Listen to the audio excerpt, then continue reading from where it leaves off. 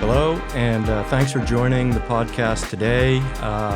For those of you that are live, thank you for listening. And for those of you that are going to tune in later, thanks for finding us on Spotify, YouTube, and other channels.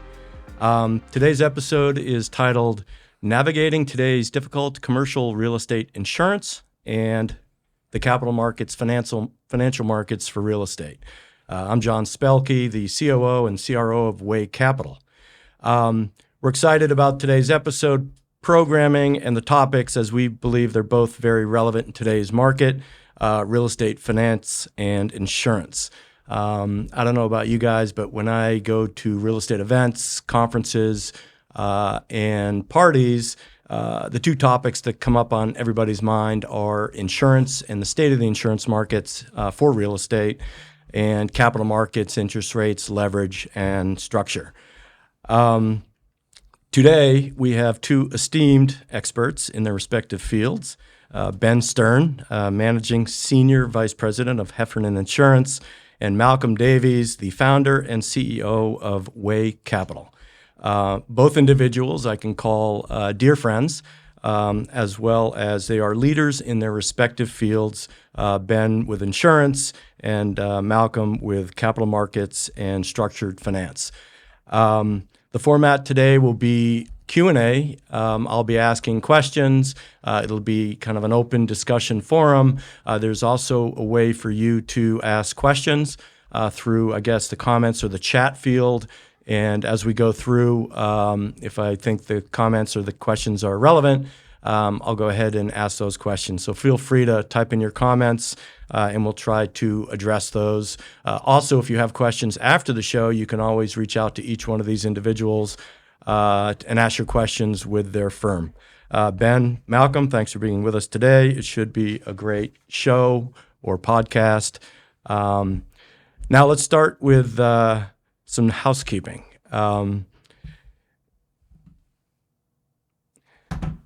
The Dow Jones is down 3%, NASDAQ is now down 5%, and S&P is down 4%. So after the show, you can tune into your 401ks and see how they're doing. And the Red Sox are beating the Orioles 7-3. So now let's move on. Let's start with the introductions. If you two could each introduce yourself. We'll go from the far side first, and then in. Malcolm in the middle is how we decided to align this. But Ben, why don't you go ahead and introduce yourself? Yeah, thanks, Jon. Appreciate it. Malcolm, thanks for being here. Really looking forward to this. Let's make this fun. Yeah. So I'm Ben Stern, Managing Senior Vice President at Heffernan Insurance Brokers. My day job is, keeping people from complaining about the cookies being eaten in the refrigerator.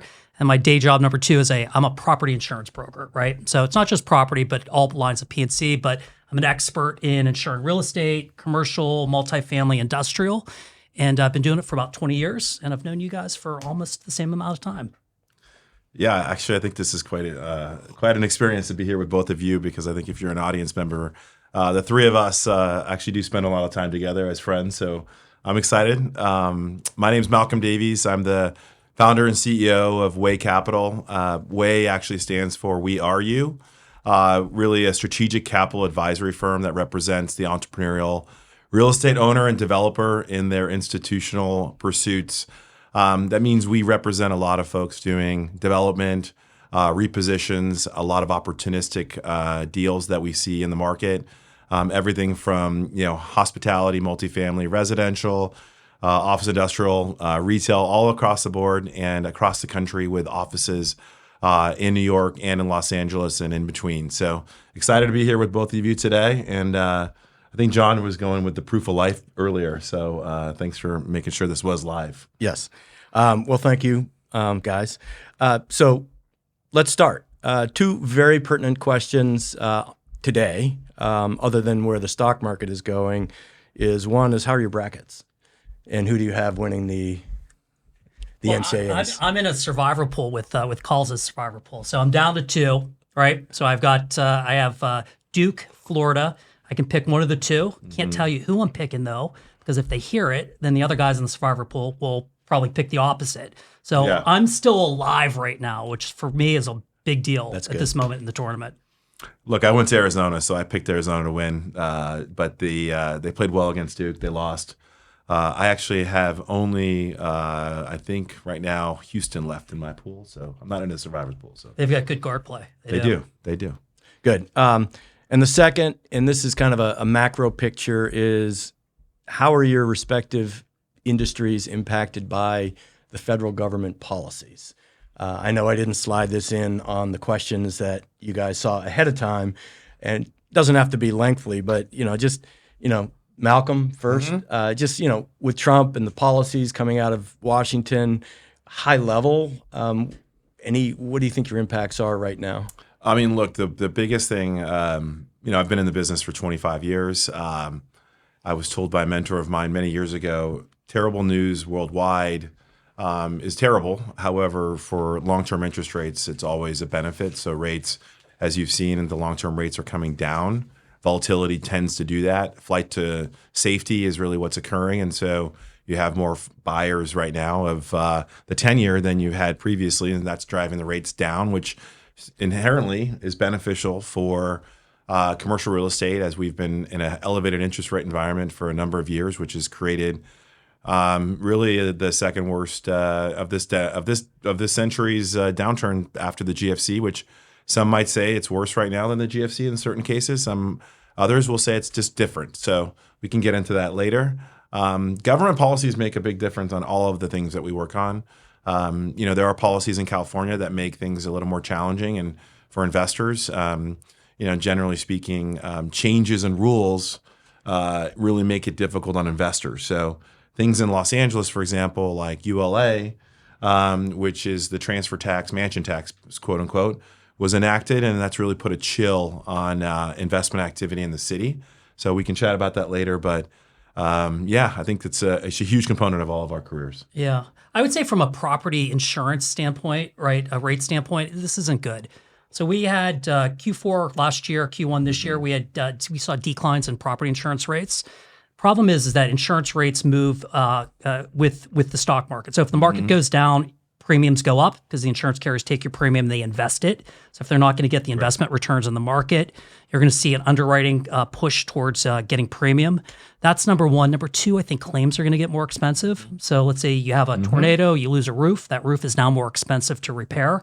It means the carriers are going to lose money on their claims. I don't have a crystal ball, but this doesn't look good for continuing decreases in property rates.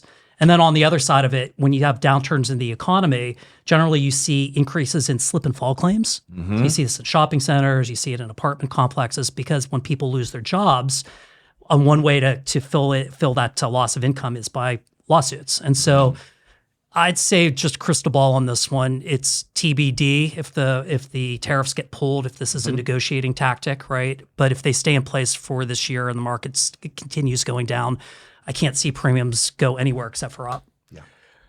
So the question is, how did we get here, right? I mean, I've got a property in Colorado Springs, and the premium went from $500 a door to $2,000 a door.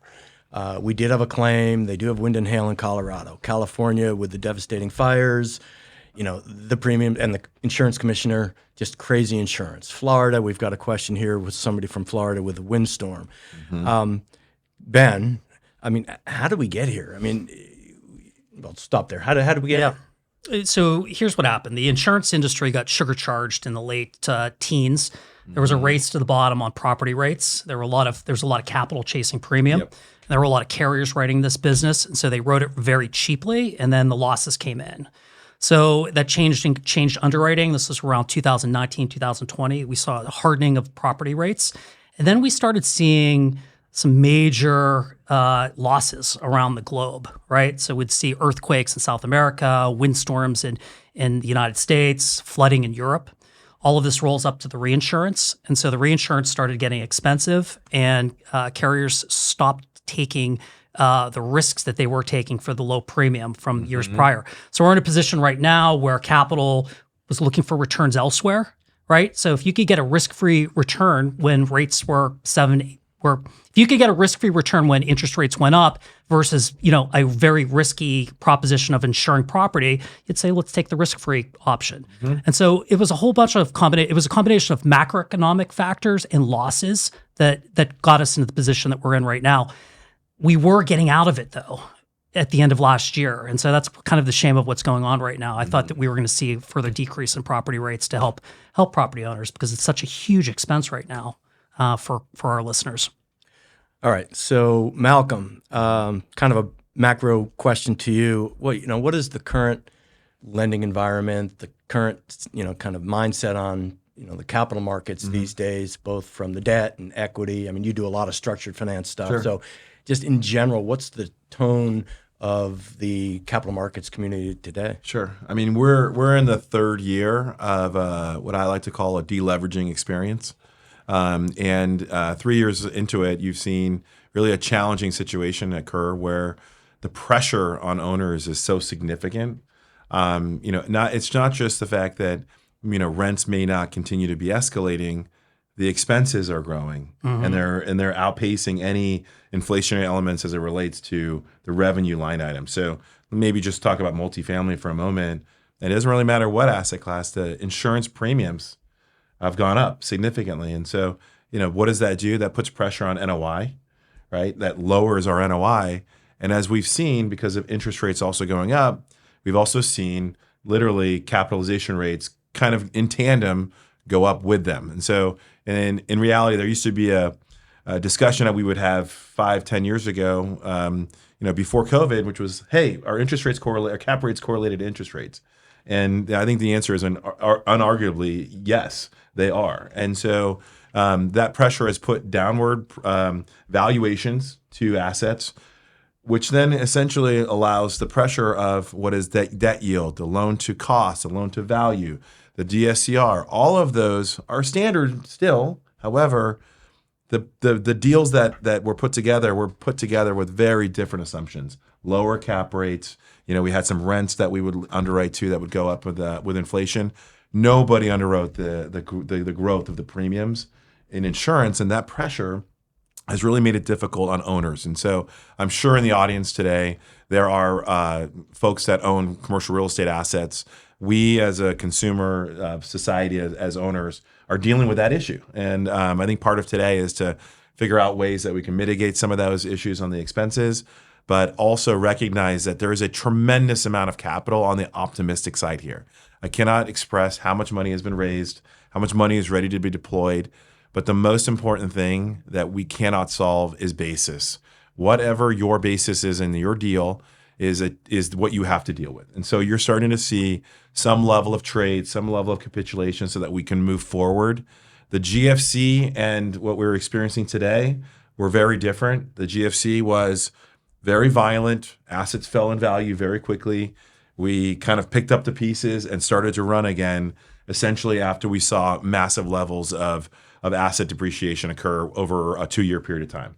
This one has been a slow-moving train for folks that are involved in the assets, meaning lenders are willing to stay longer, kind of extend and pretend scenarios occur, modifications are occurring. Nobody really wants to take the losses, which frankly is probably positive for everybody who's owning those assets, but difficult to rip the Band-Aid off so that we can really start a recovery. That's why this has been so long. So, a long answer to a short question, but inherently it's complex. It does mean that there are different asset classes, different geographies. They all act differently. But I will agree with you, Ben, on this. It doesn't matter that we have hurricanes in South Florida or fires here in Los Angeles or tornadoes in the Midwest. Everybody gets affected with premiums because the insurers have to figure out ways they can pay off the claims that are right. It's some ways it's basic math, right? So the carriers are in it to make money. Mm-hmm. They also know that there's certain geographic areas that are more prone to losses. Mm-hmm. So the question is, well, what's the quick fix on it? And the reality of it, there's really no quick fix. Yeah. I think and we can get into it, John. You probably have questions on it. I think the lenders have to make some considerations on the insurance, allow the developers to take more risk. But then on the flip side of that is, depending upon how you're financing this, can you take that risk, right? So institutions could probably take more risks. Deals that are syndicated with the individual investors, maybe not so much, right? Because one loss with a higher deductible can affect and rates of return. So it's complex. It really is. Yeah, institution and risk is an oxymoron, so I'm not sure that's going to happen. But to you, Ben, along those lines, I mean, interest rates go up and down, right? But are we in a position now where premiums are where they are permanently, which is going to impair value, it's going to impair NOI? I mean, what are your recommendations to folks when they look at their insurance line item and they're either looking to budget for an acquisition or they're looking to budget for future business plans? Are we now in a position where that premium number is now at or above where it is at least in 2025? Yeah. Look, I'd say a month ago, I would say project 10% down from where you were last year.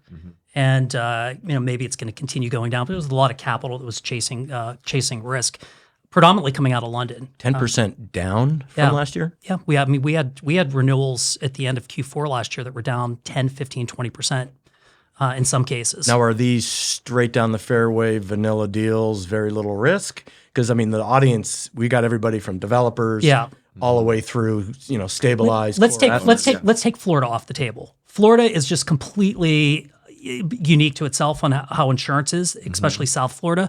But primarily, I'm talking nationally, maybe not Galveston, Harris County, east, but generally most of the country was experiencing this downturn in premiums. Right now, my forecast would be, look, what you paid last year is probably what you're going to pay this year with a crystal ball right now. I still need to see what Q2 and Q3 looks like right now. I think that really the way that you keep premiums down is going to be a more of a 2, 3, 4 year process, which is, can you take a captive? Can you take some more risk?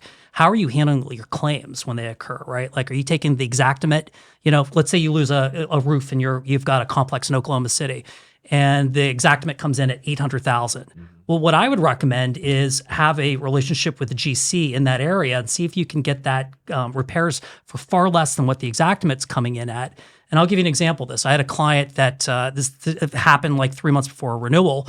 Same thing. Those numbers were about $700,000-800,000. Roofs were ripped off, and they came back to me and said, "Look, the loss runs are showing a reserve for $700,000. We can do it for $350,000." And the reason why is we have relationships with this contractor. It's a national contractor. So when I went back to the insurance markets, I said, "Don't use the ratio of $700,000, which normally would have happened. We're going to do $350,000." And I got the developer on the phone with the GC, and they explained why that they were going to do it. So we ended up getting some premium credits. So that would be another way of keeping your premiums down. Just be more active, especially if you have losses. And just to plug it, I guess, on Jon's perspective, when do you get involved in that situation? And where, this is where, not to give you a commercial, but this is obviously a podcast. So, this is when you get Heffernan involved. This is where the commercial occurs. Exactly. So I would like to know that. I know a lot of folks that we've invited to this would like to understand that. If you could talk about how that would occur in involvement. Yeah, Malcolm. So here's the first step. This is for anybody that owns portfolio in some locations. Ingle Martin is usually the third-party administrator when claims occur, right? So they come in, the insurance carriers hire them. London's going to hire them. They're going to handle the claim. Find somebody that's a liaison that will handle all of your claims for you. Number one. And there's a whole bunch of people around the country that work for Ingle Martin. Have some continuity of that relationship so that they know how you work. They know everybody in your firm. And tell the carrier, look, I want this human being to handle my claim for me, right? That's the first thing that you can do proactively. If you don't have a claim, great. If you do have a claim, you have somebody teed up there. And have a plan in place what's going to happen if you have a water loss, a fire loss, a wind loss, et cetera. Have a white envelope open in case there's an emergency. Here's everything that you're going to do proactively. Get in touch with those people. Now, as a broker, this is what I do. I actually want to be on the phone when I'm talking with an adjuster, with the attorneys, with the real estate owner. I want to know what's going on to help direct traffic. And that's a big part of the process. If you just leave it alone and just come back to it 6 months from now, it's probably going to blow up. And you don't want that to happen, right? Because you want to control those losses, control your premium. That's how you want to get involved on it on the front end. And then if you don't have claims, the other thing I recommend is, look, if you're self-managing or you have a process of acquisition that's unique to you. I mean, you have everything on Slack, and you have the property condition reports, and you're walking the location, and you're fixing problems before right when you buy property. have that story ready to go, sell it to the markets, sell it to the underwriters, so that when they see your submission next year, they go, oh, Malcolm, Jon, those folks are great, right? We already have an idea that they're a good manager and a good developer. Yeah. We're going to give them some eyeballs on the whole thing. And then, look, a lot of this flows through London. A lot of these London folks, these brokers and underwriters, they come to LA. We're in LA. They love meeting you. So go to dinner with them. They'll pay for it. They'll take you, to a really nice, Michelin restaurant. And so then have that relationship in the marketplace so that you already know who you are rather than you're a piece of paper. Those are what you can do on the proactively right now. And part of that is I think a lot of people just always thought, oh, insurance is just a line item, just a line item, True. just a line item. I think what you're articulating is just a lot of what in the real estate world we'll be doing, which is spending time with the brokerage community, investment sales and debt and equity brokers Right. and the like. Whining and dining ultimately happens a lot in that space.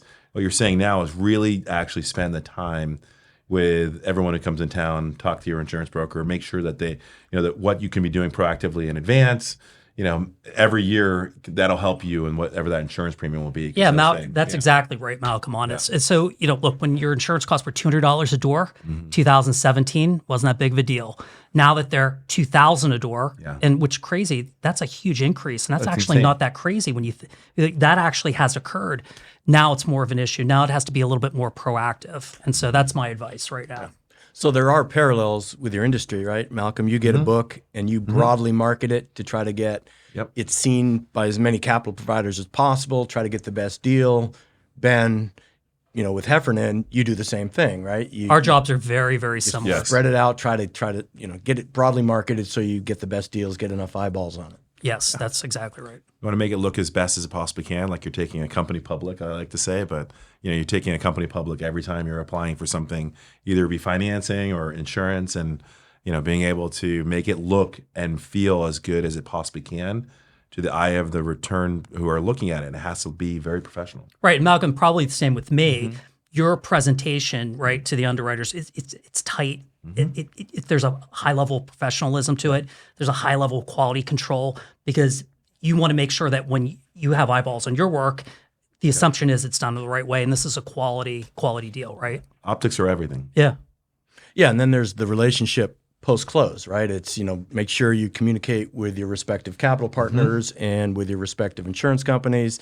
Don't hide stuff, right? Be forthright. Sure. If something happens, bring it up.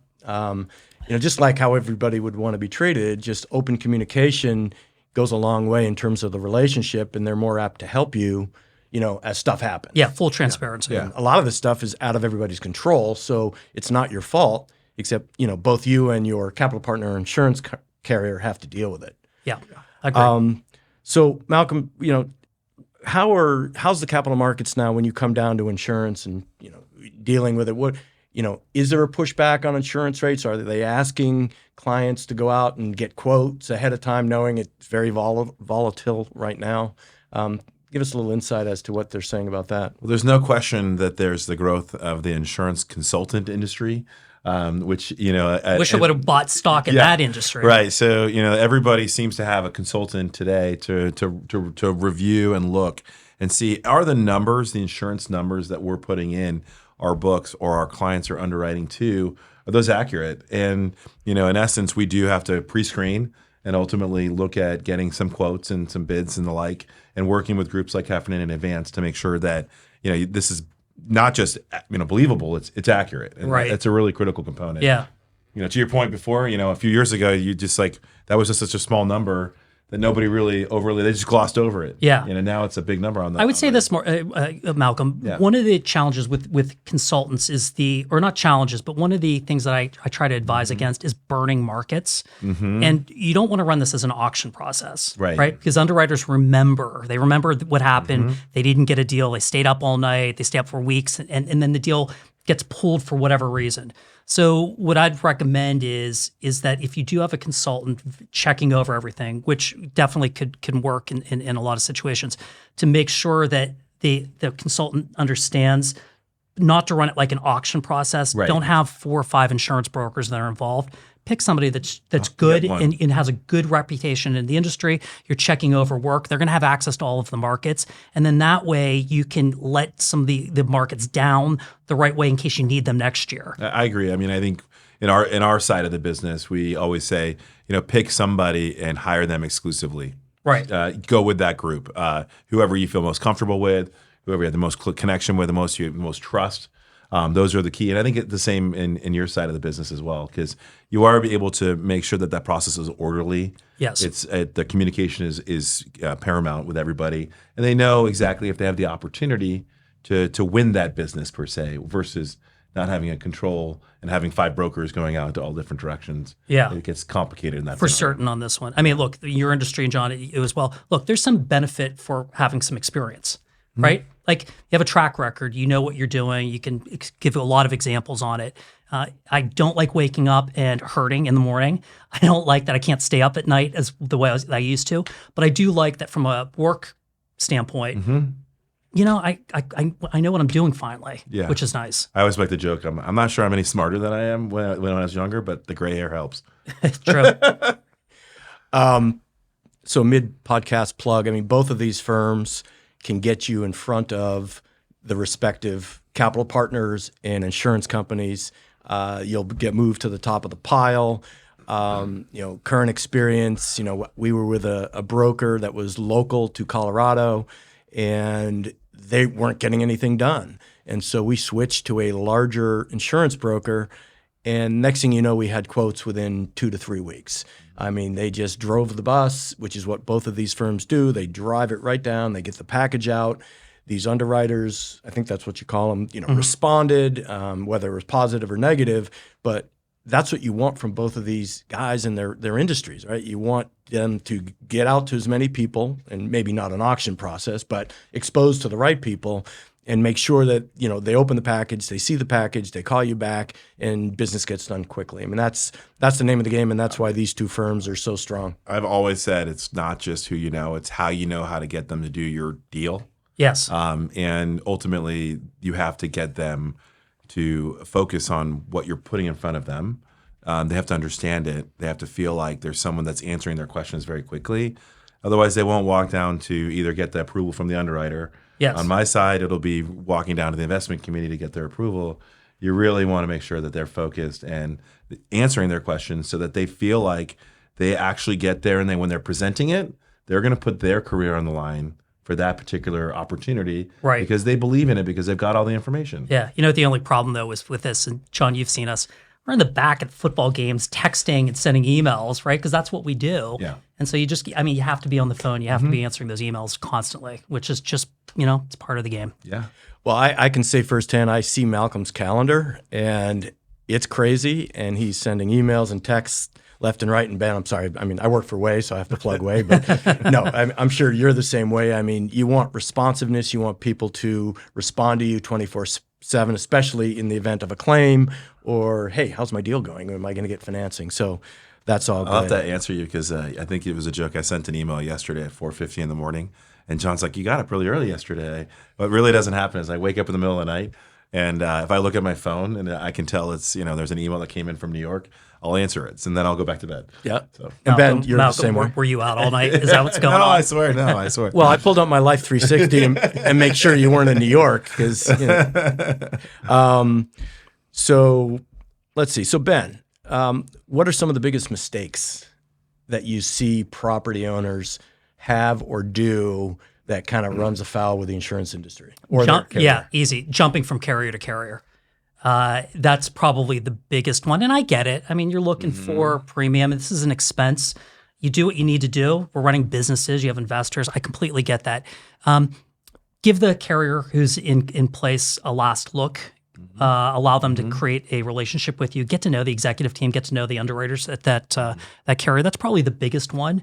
And then lastly is, don't look at this as an expense that you just wait till the end and you get a premium and it's a couple days before. Actively work with the broker, act with the firm, sell your story. Now more than ever, premiums are up. Don't wait to the last moment. Actually put some time and effort into the relationships. That'll pay off. Yeah.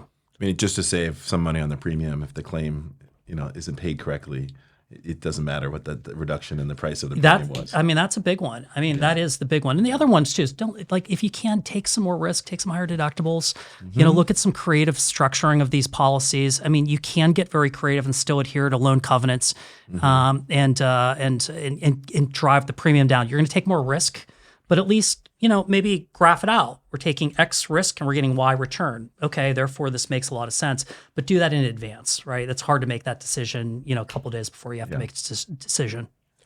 Who's your favorite football team? Steelers. 49ers? Look, I grew up in the Bay Area, so 49ers, but I live in LA, so the Chargers. And you lived in San Diego. Yes. Wait a minute, can we say it's the Maricosta Mustangs? That's right. So Malcolm, everybody's heard the term cash-in refis, and that's happening left and right. And I'm sure folks that are listening in are all dealing with situations where you're refinancing or your loan's coming due here very soon, and you underwrote the deal 3 or 4 years ago. So what are you seeing, and what do you advise people to do when they're coming up against a situation where their interest rates now are 300 or 400 basis points higher? Yeah, I mean, it's a challenge across the board. I think it's situational. So depends if you have a stretch loan, how big of a cash in is required on the refi. Did you take on mezz or pref? How levered were you? It depends if you have to write in a check for $2 million versus $20 million. Generally, that's a big delta. Depending on the size of your deal. So things that we've been doing that I think are important for the audience maybe to learn about. We've been doing a lot of what we call NAV loans, net asset value loans, to allow for a bigger stretch loan on the refi. So what does that mean? So in essence, we know the assets have come down in value. They're tripping up the ability to refi that existing loan that you took because we underwrote cap rates at 3% at that time, and now cap rates are 5.5 or 6 or whatever that may be. That's a huge delta. Even though you've probably increased your NOI, we are taking some excess collateral that inherently allows for a very accretive debt structure to do a refi on particular assets. Now, sometimes that can be challenging because you might have a syndicated equity ownership structure. You might be taking on undue risk as a sponsor in that situation. So that wouldn't necessarily work. The other avenues are coming in with a third party to write a check to come in on that refi, which is a preferred equity structure where it goes in tandem with the refi. Again, we're trying to keep that mitigation of that cost down.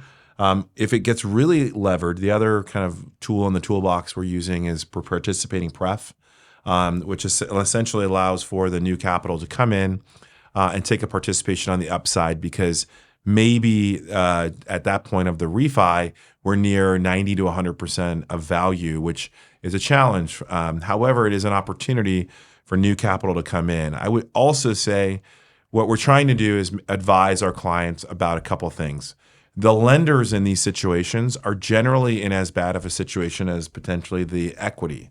And the borrower has done if the borrower's done everything, they've executed a business plan, they've been in good communication, they're essentially living with a property that went down in value because interest rates have escalated and cap rates are not where they need to be.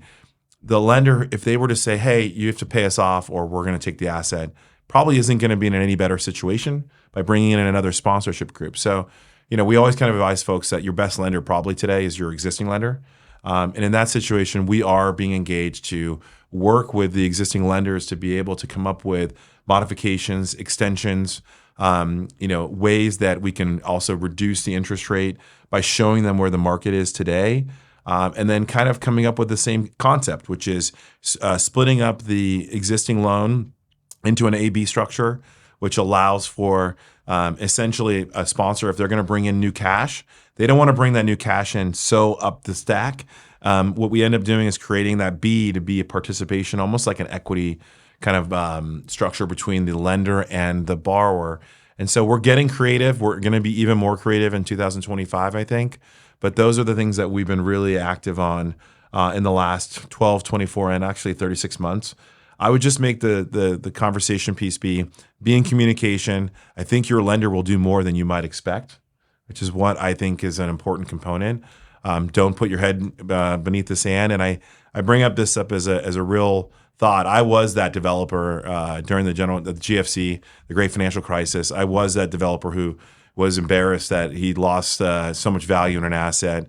I tried to communicate with the lenders, but I was very young at the time, in my early 30s, and I probably could have done a lot better job of communicating with my capital, and didn't realize that they were in such a big problem themselves that I might have been able to get out of some of those issues. So, heavy heart when I think about it, but I think that's a really critical component and a challenging time frame for everybody that's in commercial real estate. So, Red Sox are still ahead 7-3, top of the ninth.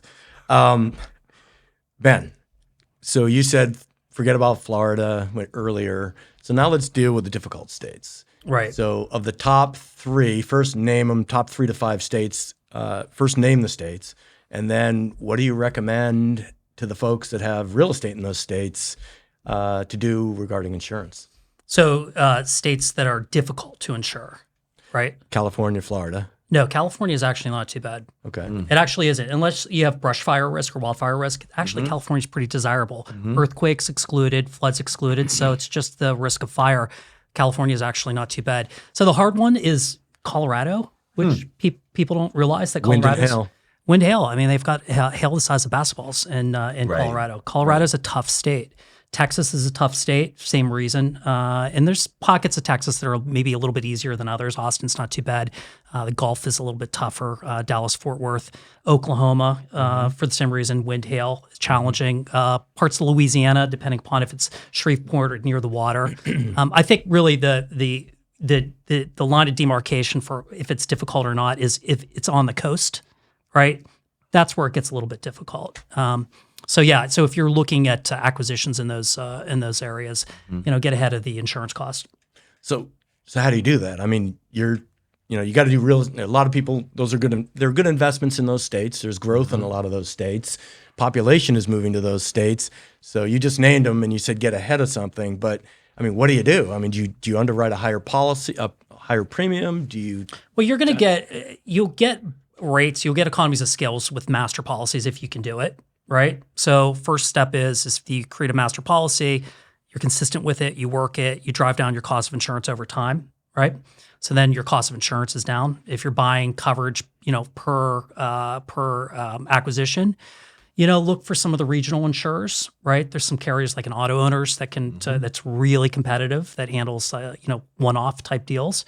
That would be a way to look. I'd look to see if a State Farm or Farmers is dipping their toes back in the water in those areas where you can see some economies or you can see some price breaks there.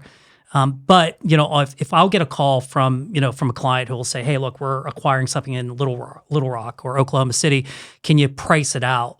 I know what the numbers are off the top of my head, but I'll still go to the markets and say, "Hey, look, I need something for the pro formas on this. Can you get us, ballparks on this one?" So then I'll give it to the acquisition team to plug into their numbers.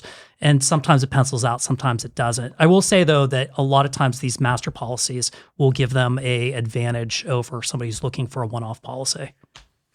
Can I add something? Yeah. I think it's something that we all just have to really just drive home. When you say get out ahead of it, you're really getting out ahead of, let's call it, on acquisitions and how you're underwriting a deal.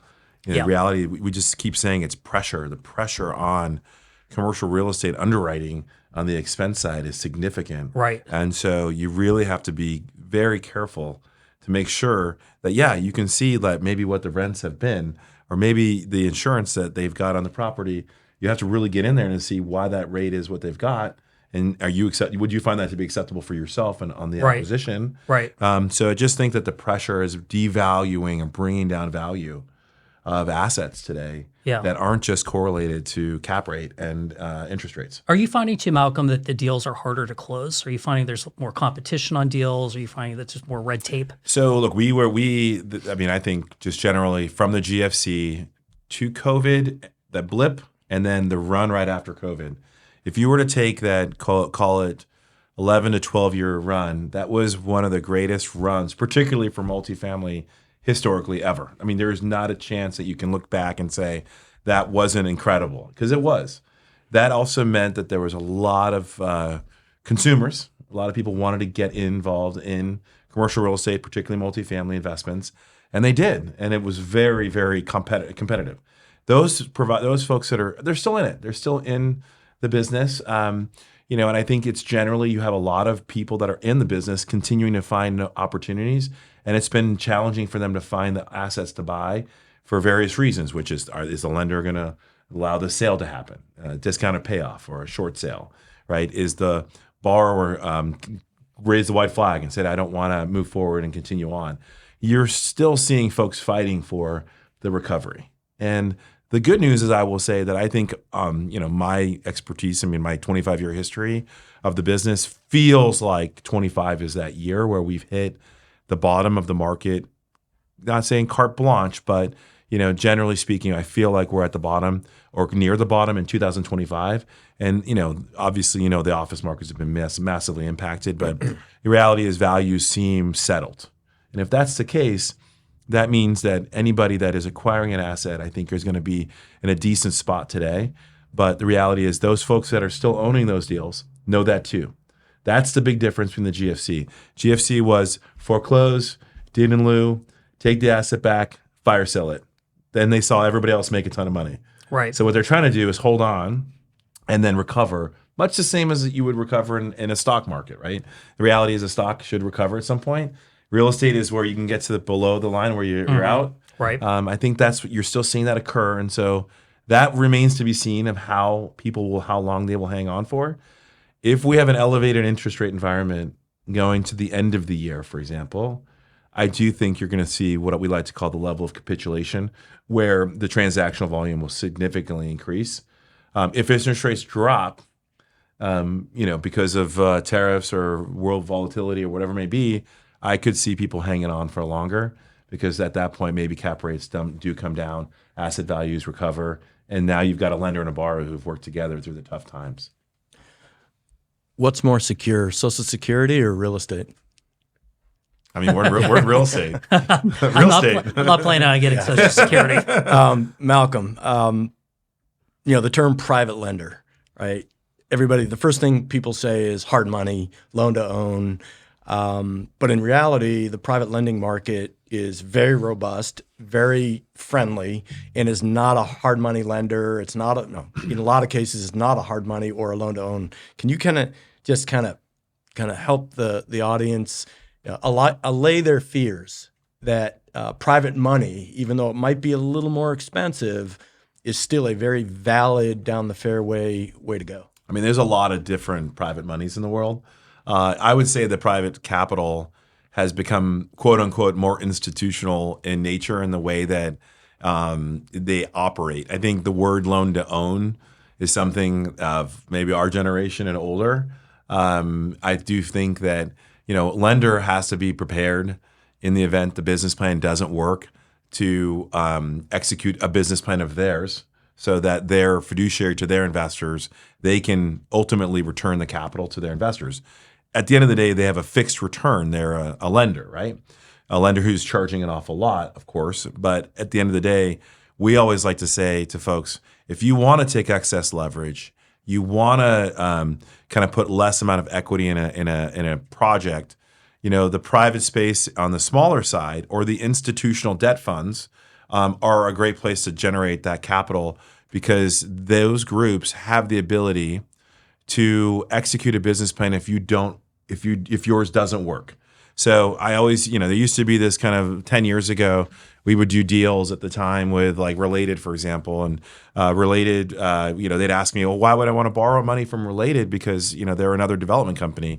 And our answer to that was, you would not be able to borrow money from a lender who doesn't have a team that can execute a business plan, particularly on a transformational, opportunistic development deal, for example, to be able to take over that asset if it doesn't work. So, the long answer short on the space, I think in general it's grown tremendously. I think in today's day and age, the banks love to lend to debt funds and groups that have that wedge piece of capital that's in the capital stack, which is another kind of borrower for that bank. So you're seeing the tranching of our industry, which is really critical. So seeing, from 0 to 50% is a bank, right? From 50 to 70% is the quote unquote private equity debt fund. And then from 70 to 85%, you might have a private preferred equity person in there. And then the rest of it's common equity. Well, that's just tranching, no different than a securitization is done, in the commercial mortgage-backed securities business. So I think we're going to continue to see that in the asset level.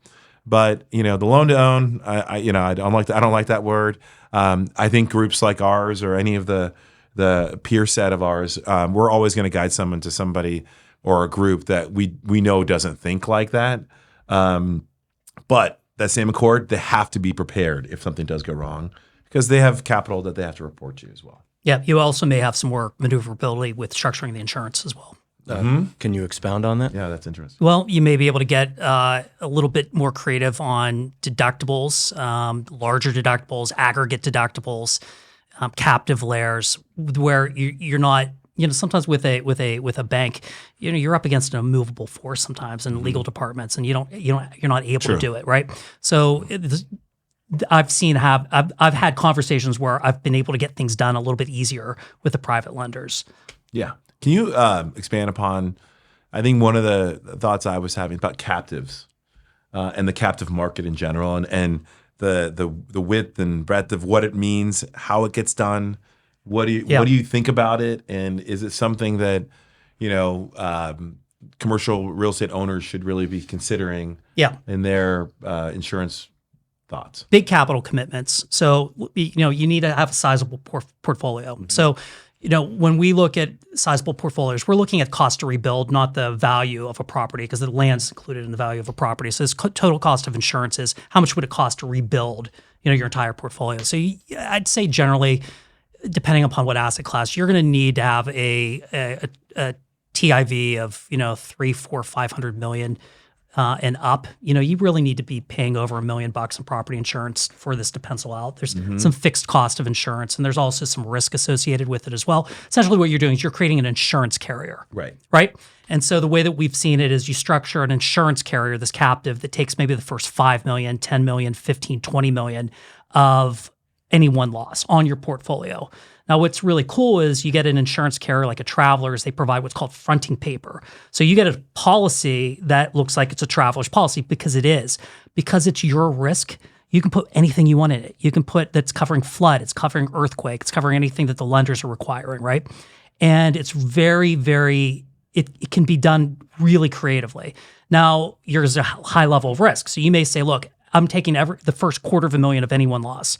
And then I'm going to take, 4 of those losses up to $1 million. And then after $1 million, it's going to be first dollar. So you have to be able to withstand the losses and the risk that's associated with it. But when rates are going up, it could be really, really cool. It could work. So there are lots of organizations in the U.S. that, where there's associations, for example, ULI, YPO. Mm-hmm. Does it make sense for a consortium of 1,000 multifamily owners or 500 or 100 or 50 to get buying power, to basically be able to do a captive for themselves because you require the $1 million or whatever it may be, to combine together their assets so that they can create their own captive, for example? Is that too complicated? In theory, right? In theory. The problem, though, is that the risk isn't homogenous, right? Right. So you may have some really good operators, some really bad operators. You need that underwriting data as well, right? So to collect all of that underwriting data is a very laborious process. Not that it couldn't be done, but it would be pretty tough to do. And essentially at that point, what you're doing is you're looking at an insurance carrier, right? Like an insurance carrier insuring 100, 200, 300 locations. It would be tough to pencil out, and it would be tough.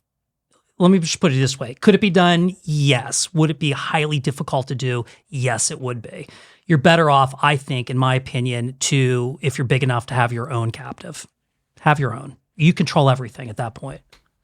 All right, question from the audience. We have one, so if you have any questions, please send them in. This is from Chris. Windstorm in Florida need an engineered base solution versus a pooled solution. Thoughts? ? Not quite sure what they're saying from engineer versus pooled risk, because that could go a couple different areas. I will say this: I wish that underwriting took into account construction quality and class. Yeah. with tie downs, with withstanding gale force winds. Insurance, it's not doing enough of that, in my opinion, right? So it's tough to pencil out the increased cost of construction for making this hurricane proof. And then how do you get, lower cost of insurance? I wish we would see more of that as an industry. I really do. Can you chat about, now you're on it, is just insurance as it relates to development and construction, builder's risk and the like. Can you chat about how that market is performing right now? And then what are some risk mitigation and cost mitigation approaches? That market's really competitive right now. Mm-hmm. I've been seeing premiums go down. Last year, the year before that, you would see some measurement, some security measures that were expensive, 24-hour guards, lights, that we're starting to see some pullback. The carriers aren't quite requiring those expenses. I'd say right now, if you're going vertical on something, your builder's risk cost should be down compared to last year. Caveat on that one is, Florida, right, and some of the wind states. California just opened up the FAIR plan to builders' risk policies, so I'm not quite sure how that's going to affect pricing. That's going to go into place hopefully this summer. Max $20 million that I believe per location or per build, so it's not really big projects. If I would say that if you're thinking about going vertical on something, the builder's risk should not be an issue. I do like seeing wraps in place, where the sponsor takes the insurance out and covers the GC and covers all the trades. And the reason being is that wrap insurance, you can generally get it in aggregate for less than the cost for all the trades plus the GC, because you're institutional buying versus, let's say a drywall person buying their own insurance policy. Buying power. Yeah, you have buying power. Oh, and also too, sometimes those trades, the policies aren't vetted through, and there's residential exclusions in those policies, and you don't know about it. And so I think there's a little bit more control of cost and the coverage doing it that way. Yeah. Malcolm, office to residential conversions. I know you've looked at them. Mm-hmm. Everybody says, "Oh, shoot, we'll just convert all the offices to residential. We'll solve the housing crisis and solve the office crisis." So, can you elaborate a little bit on what you're seeing for that product? Yeah, we've closed 3 already. One that is office to residential, and then 2 that are office to hotel, and we're working on our 4th one already. And I'll, my expertise in the space, hopefully it's got some depth. In the hotel space, I'll just talk about that one. It's all about bay depths as it relates to the office buildings. How big is the bay depths in an office building? Does that work or not? Elevator banks are another component to it. So we did one in Arizona, for example, where we condoed the first 9 floors for hotel, and then the top 15 floors stayed as office. And our client moved all the tenants from the first 9 floors up to the top 15. They use separate elevator banks. And so one side is the hotel, one side is the office. It's already been executed. It's open. It's called the Leo Kent Hotel, so maybe try it out. But that's really cool. So that was done. Downtown San Diego, we did one where our client bought a 430,000 square foot vacant Class A office building. It's converting it to a tri-brand Hyatt. That's going to be a spectacular asset. And then we did another one called 530 B Street in downtown San Diego, where client was buying it to convert it to residential. The difference between hotel and residential, at least in California, is operable windows. Yeah. Hotels, you don't need the operable windows. The residential, you do. And then we're starting on one here in LA as well. Capital likes the strategy. The basis is key. I don't think any of these deals were anywhere higher than $100 a foot on the purchase of the office building. So, office has been so depressed and the losses are so significant that $100 a foot does work. But it's a lot of work to convert these buildings. So you have to have probably a thought that it is probably more complicated than doing a ground up development. But I do think it's a significant opportunity and one in which we're excited to be involved in, but also one in which I think you have to really make sure that, the amount of time and energy you put into your costs are significant. So make sure that those are done significantly up front. Hire a good contractor, hire a good architect. Mm-hmm. Insurance. I mean, does the insurance industry look at, there's going to be a groundswell of this happening. Yeah. Do they see that? Some of it's more expensive, right? So if it's condos, you're going to condo map it. Yeah. You've got construction defect issues, right? The insurance is going to be more expensive. That's generally the difference between the types of conversion. Yeah. We only got a couple minutes left, but Ben, one last question for you, and then we'll go into our closing arguments. Deductible strategies. What do you recommend to folks? How should they approach deductible strategies that aren't necessarily dictated by the agencies or banks? But what are your thoughts on that? Take as much as you can. It's the primary way you can offset premiums, right? If you take the higher amount of deductibles, the better on the whole thing. Self-insure, and then control the cost, right? Make sure that you're in contact post-loss, like we talked about earlier in the podcast. That's the most important thing. All right, good. So in closing, I guess the question is, why should the audience call you guys, right? And I'll go to Malcolm first.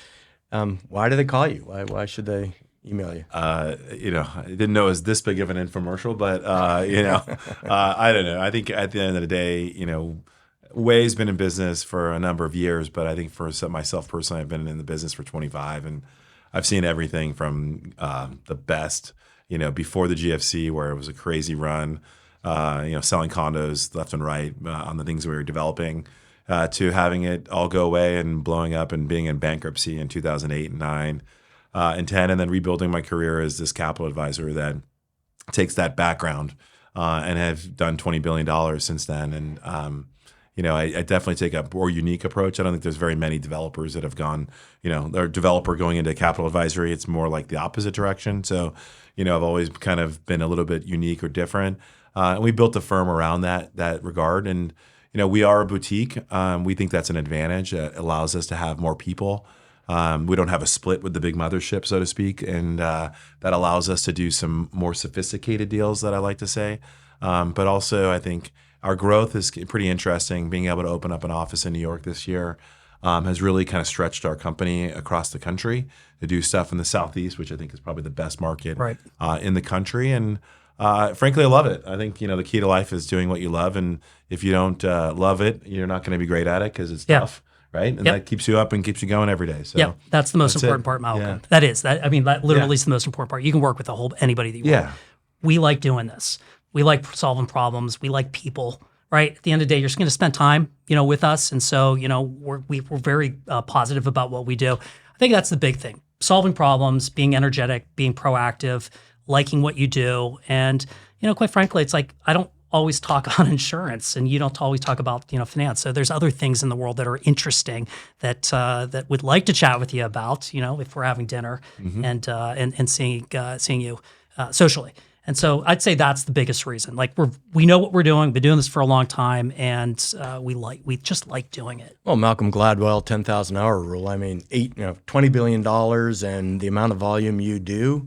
I mean, these guys have seen a tremendous amount of transactions, and that's who you want to hire. The people have been through all the transactions. Not all of them work, and not all of them worked, and a lot of them were challenging. But those are the people you want to talk to because they've seen the good and the bad, and they'll get you over the finish line. Plus, you get personal treatment, right? Yeah. You take people to dinner. You take people to dinner. So plus, we'll tell you about all the times we've screwed up. Yeah, I was going to say that. The reality is, you learn in this business by making mistakes. Unfortunately, and I think is the older you get, the more mistakes you've probably made. And I also will leave with this. I mean, the reality is the market's always changing. So, nobody at any age is seen everything. So, at the end of the day, there's always something new that comes up that you're surprised about. I would say one thing though to people who are listening. Don't start talking to us about high school football because we won't stop. We will not. Three of us will not stop talking about that. I can attest to that. So anyway, I think unless you guys have anything else, I think this has been great. Thanks for your attendance and being here. And appreciate it, John. Look forward to the next one. Great job, John. Thanks. Good job, Ben. Thanks, guys.